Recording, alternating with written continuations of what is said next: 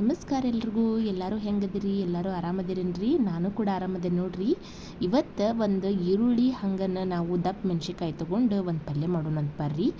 ಇದಕ್ಕೆ ನಾವು ಪಲ್ಯನ ಅಂತ ಕರಿತೀವಿ ರೀ. ನಿಮ್ಮ ಕಡೆ ಏನಂತೀರಿ ಅಂದ್ರೆ ನೀವು ಕರ್ರಿ ಅಂತ ಕರಿತೀರಿ, ಅಥವಾ ಇದನ್ನ ಡಾಬಾಲ್ ಸ್ಟೈಲ್, ಇದನ್ನು ರೆಸ್ಟೋರೆಂಟ್ ಸ್ಟೈಲ್ನೊಳಗೆ ಏನಂತೀರಿ ಅಂತಂದ್ರೆ ಗ್ರೇವಿ ಅಂತಲೂ ಕರಿತೀರಿ, ನೀವು ಕರ್ರಿ ಅಂತ ಕರಿತೀರಿ. ನಾವು ಇದನ್ನು ಡೊಣ್ ಮೆಣಸಿನ್ಕಾಯಿ ಪಲ್ಯ ಅಥವಾ ದಪ್ಪ ಮೆಣಸಿನ್ಕಾಯಿ ಪಲ್ಯ ಅಂತಂದು ಕರಿತೇವೆ ನೋಡ್ರಿ.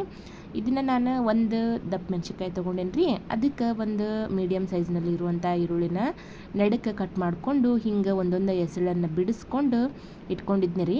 ಒಂದು ಕಡಾಯಿನ ಬಿಸಿ ಇಟ್ಕೊಂಡೀನಿ.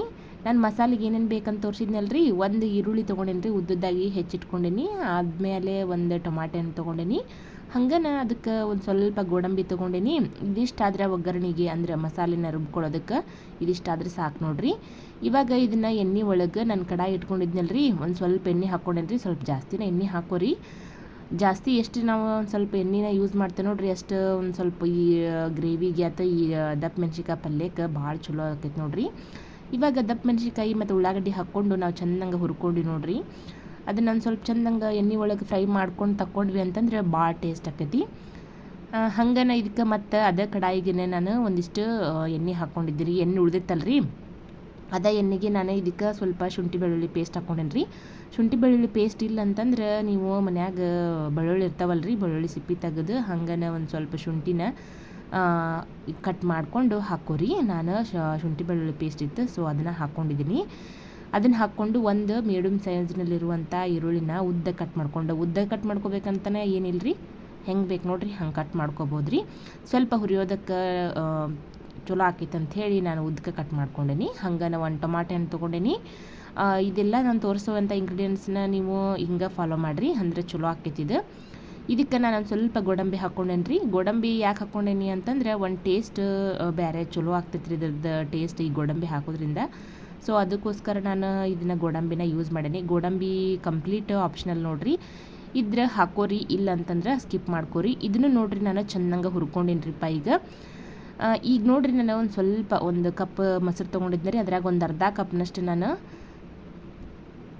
ಮೊಸರನ್ನ ಯೂಸ್ ಮಾಡಿಕೊಂಡು ಮಿಕ್ಸಿ ಮಾಡ್ಕೊಂಡೆ ರೀ. ಮಿಕ್ಸಿ ಮಾಡುವಾಗ ಸಣ್ಣ ಜಾರಿಗೆ ಹಾಕ್ಕೊಂಡಿದ್ದೆ ರೀ. ಸಣ್ಣ ಜಾರ್ ಏನಾತ್ರಿ ಅದು ಅಂತಂದ್ರೆ ಫುಲ್ ಹಿಡಿಸ್ಲಿಲ್ಲ ರೀ, ಅದು ಹೊರಗೆ ಚೆಲ್ಲಾಕತ್ತೆ. ಸೊ ಅದಕ್ಕೋಸ್ಕರ ಮತ್ತೊಂದು ದೊಡ್ಡ ಜಾರ್ ತೊಗೊಂಡು ಅದಕ್ಕೆ ಮಿಕ್ಸಿ ಮಾಡ್ಕೊಂಡೇನಿ ರೀ ನಾನು. ಇವಾಗ ನೋಡಿರಿ ಅದೇ ಕಡಾಯಿಗೆ ನಾನು ಒಂದು ಸ್ವಲ್ಪ ಎಣ್ಣೆ ಹಾಕ್ಕೊಂಡು ಮತ್ತು ಹೊಳ್ಳಿ ಒಂದು ಪಲಾವ್ ಎಲೆ ಹಾಕ್ಕೊಂಡೀನಿ. ಹಂಗನ ಅದಕ್ಕೊಂದು ಸ್ವಲ್ಪ ಜೀರಿಗೆ ಹಾಕ್ಕೊಂಡೀನಿ. ಅರಿಶಿನ ಮತ್ತು ಖಾರ ಹಾಕ್ಕೊಂಡೇನಿ ರೀ. ಖಾರನ ನೋಡಿಕೊಂಡು ಹಾಕೋರಿ. ನಿಮ್ಗೆ ಸ್ಪೈಸಿನೆಸ್ ಬೇಕಂತಂದ್ರೆ ಸ್ವಲ್ಪ ಖಾರ ಜಾಸ್ತಿ ಹಾಕೋರಿ. ನಾನು ಒಂದು ಸ್ಪೂನಷ್ಟು ಹಾಕ್ಕೊಂಡೀನಿ. ಅರ್ಧ ಟೇಬಲ್ ಸ್ಪೂನಷ್ಟು ನಾನು ಅರಿಶಿನ ಹಾಕ್ಕೊಂಡೀನಿ. ಅರಿಶಿನ ಮತ್ತು ಈ ಖಾರನ ಹಾಕೊಳ್ಳೋದ್ರಿಂದ ಒಂದು ಸ್ವಲ್ಪ ಕಲರ್ ಕೂಡ ಚಂದ ಬರ್ತೈತೆ ರೀ. ಹಂಗನ ನೋಡೋಕ್ಕೂ ಕೂಡ ಚಂದ ಕಾಣ್ತೈತಿ, ಟೇಸ್ಟ್ನು ಕೂಡ ಹಂಗನ ರೀ ಚಲೋ ಆಕೈತಿ ಇದು. ಇದನ್ನು ಮೊದಲಿಗೆ ಹಾಕಿ ಮಿಕ್ಸ್ ಮಾಡಿಕೊಂಡು ಆನಂತರ ಇದು ರುಬ್ಬಿಟ್ಕೊಂಬಂದಿದ್ವಲ್ಲ ರೀ ನಾವು ಪೇಸ್ಟ್, ಅದನ್ನು ಕೂಡ ಇದಕ್ಕೆ ಹಾಕ್ಕೊಂಡು ಚೆನ್ನಾಗಿ ಮಿಕ್ಸ್ ಮಾಡ್ಕೊಳ್ಳೋಣ್ರಿ ಒಂದು ಸತಿ. ಭಾಳ ಅಂದ್ರೆ ಭಾಳ ಟೇಸ್ಟ್ ಆಕೈತೆ ನೋಡಿರಿ. ಈ ಗೋಡಂಬಿ ಒಂದು ಹಾಕಿರ್ತೇವಲ್ಲ ರೀ, ತಿಕ್ನೆಸ್ ಕೂಡ ಹಂಗೆ ಬರ್ತೈತೆ ನೋಡಿರಿ. ಗೋಡಂಬಿಗೆ ಒಂದು ಹೊಸ ರುಚಿನ ಕೊಡ್ತದೆ ಅಂತ ಹೇಳ್ಬೋದು. ಇದ್ರೆ ಹಾಕೋರಿ, ಇಲ್ಲಾಂದ್ರೆ ಸ್ಕಿಪ್ ಮಾಡ್ಕೋರಿ, ಏನು ಮಾಡೋಕ್ಕಾಗಂಗಿಲ್ಲ. ನನ್ನಂತ ಕಿತ್ತು ಹಾಕ್ಕೊಂಡೇನಿ ರೀ. ಅದಾದ್ಮ್ಯಾಗ ಇದಕ್ಕೆ ನಾನು ನೀರನ್ನು ಹಾಕ್ಕೊತೇನೆ ರೀ. ನೀರು ಒಂದು ಅರ್ಧ ಕಪ್ನಷ್ಟು ಹಾಕೋರಿ. ನೀರನ್ನು ನೋಡಿಕೊಂಡು ಹಾಕೋರಿ. ಇವಾಗ ಮಿಕ್ಸಿ ಜಾರ್ನಾಗ ನಾವೇನು ರುಬ್ಬಿಟ್ಕೊಂಡಿದ್ವಲ್ಲ ರೀ, ಅದಕ್ಕೆ ಒಂದು ಸ್ವಲ್ಪ ನೀರು ಹಾಕ್ಕೊಂಡು ನೀರು ಹಾಕ್ತೀನಿ ರೀ ನನಗೆ ಒಂದು ಕಪ್ನಷ್ಟು. ಆಮೇಲೆ ನಾನು ಧನಿಯಾ ಪೌಡರ್ ಹಾಕ್ಕೊಂಡೇನಿ ರೀ ಒಂದು ಸ್ಪೂನ್. ಹಂಗನ ಗರಂ ಮಸಾಲನೂ ಕೂಡ ಹಾಕ್ಕೊಂಡೇನಿ. ಇದನ್ನು ಕೂಡ ಹಾಕ್ಕೊಂಡು ಚೆನ್ನಾಗಿ ಮಿಕ್ಸ್ ಮಾಡ್ಕೊಳ್ಳೋಣ್ರಿ ನಾವು. ನೋಡ್ರಿ ಈಗ ಉರಿನ ಸಣ್ಣದಾಗೆ ಇಟ್ಕೊರಿ. ನಾನು ಹೇಳಿದ್ನಲ್ಲ ರೀ, ಒಂದು ಅರ್ಧ ಕಪ್ ನೀರು ಮಿಕ್ಸಿ ಜಾರ್ಗೆ ಹಾಕ್ಕೊಂಡು ಚೆನ್ನಾಗಿ ಮಿಕ್ಸಿ ಜಾರ್ನ ತೊಳ್ಕೊಂಡು ಅದಕ್ಕೆ ಹಾಕ್ಕೊಳಕತ್ತೀನಿ ನೋಡಿರಿ. ಏನು ವೇಸ್ಟ್ ಮಾಡೋಕೆ ಹೋಗ್ಬೇಡ್ರಿ. ಹಂಗನ ಅದಕ್ಕೆ ಒಂದು ಸ್ವಲ್ಪ ನೀರು ಹಾಕ್ಕೊಂಡು ಹಿಂಗೈತೆ ನೋಡ್ರಿ ಇದು ಗ್ರೇವಿದು. ಈ ಪಲ್ಯದ ರಸ ಅಂತೀವಿ ನಾವು. ಹಿಂಗೆ ಪಲ್ಯದ ರಸ ಇಷ್ಟು ಕನ್ಸಿಸ್ಟೆನ್ಸಿ ಒಳಗಿತ್ತಂದ್ರೆ ಸಾಕು ನೋಡ್ರಿ.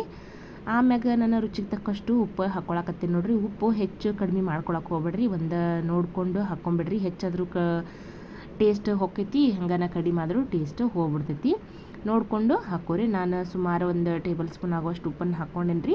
ಉಪ್ಪು ಹಾಕಿ ಚೆನ್ನಾಗಿ ಇದಕ್ಕೊಂದು ಮುಚ್ಚಳ ಮುಚ್ಚಿ ಕುದಿಯಾಕೆ ಇಟ್ಬಿಡೋಣ್ರಿ. ಇವಾಗ ನೋಡಿರಿ ಕುದೀತೈತಲ್ಲ, ಇದಕ್ಕೆ ನಾವು ಹುರಿದು ಇಟ್ಕೊಂಡಿದ್ವಲ್ಲ ರೀ ಡೊಣ್ ಮೆಣಸಿನ್ಕಾಯಿ, ಅಂದ್ರೆ ದಪ್ಪನ ಮೆಣಸಿನ್ಕಾಯಿ ಮತ್ತು ಉಳ್ಳಾಗಡ್ಡಿ, ಇದನ್ನು ಹಾಕ್ಬಿಡೋಣ್ರಿ. ಇಷ್ಟನ್ನು ಚೆನ್ನಾಗಿ ಹಾಕಿ ಒಂದು ಸತ ಮಿಕ್ಸ್ ಮಾಡ್ಕೊಳ್ಳೋಣ್ರಿ.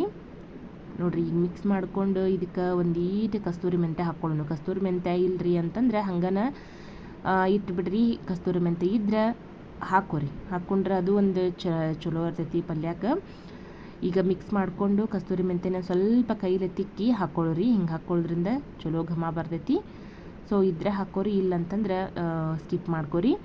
ಇವಾಗ ನೋಡ್ರಿ ನಾನು ಇದನ್ನು ಹಾಕಿ ಚೆನ್ನಾಗಿ ಮಿಕ್ಸ್ ಮಾಡ್ತೇನೆ. ಇವಾಗ ಮತ್ತೆ ಒಂದು ಸ್ವಲ್ಪ ಹೊತ್ತು ಕುದಿಯಾಕೆ ಇಡ್ತೀನಿ. ಇದನ್ನು ಭಾಳ ಅಂದ್ರೆ ಭಾಳ ಟೇಸ್ಟ್ ಆಗಿತ್ತು ನೋಡ್ರಿಪ್ಪ. ನನಗಂತೂ ಭಾಳ ಇಷ್ಟ ಆಗ್ತಿದೆ. ನಾನು ಇದನ್ನು ಮೊದಲೇ ಟ್ರೈ ಮಾಡಿದ್ನಿರಿಪ್ಪ ಈ ರೆಸಿಪಿನ. ಇವಾಗ ನೋಡ್ರಿ ಗ್ರೇವಿ ಹೆಂಗೆ ಕಾಣತ್ತೈತೆ ಅಂಥೇಳಿ ಎಣ್ಣೆ ಎಲ್ಲ ಎಷ್ಟು ಚಂದ ಬಿಟ್ಕೊಂಡೈತೆ ನೋಡ್ರಿ. ಅದು ಅಲ್ಲೆಲ್ಲ ಎಣ್ಣೆ ಬಿಟ್ಕೊಂಡ್ಬಿಟ್ಟೈತಿ. ಈ ರೆಸಿಪಿ ನಿಮ್ಗೆ ಇಷ್ಟ ಆಗಿತ್ತಂದ್ರೆ ಒಂದು ಲೈಕ್ ಮಾಡಿರಿ, ಕಮೆಂಟ್ ಮಾಡೋದು ಮಾತ್ರ ಮರಿಬೇಡ್ರಿ ಹೆಂಗಾಗಿತ್ತು ಅಂಥೇಳಿ. ನೀವು ಕೂಡ ಟ್ರೈ ಮಾಡಿರಿ. Thank you for watching.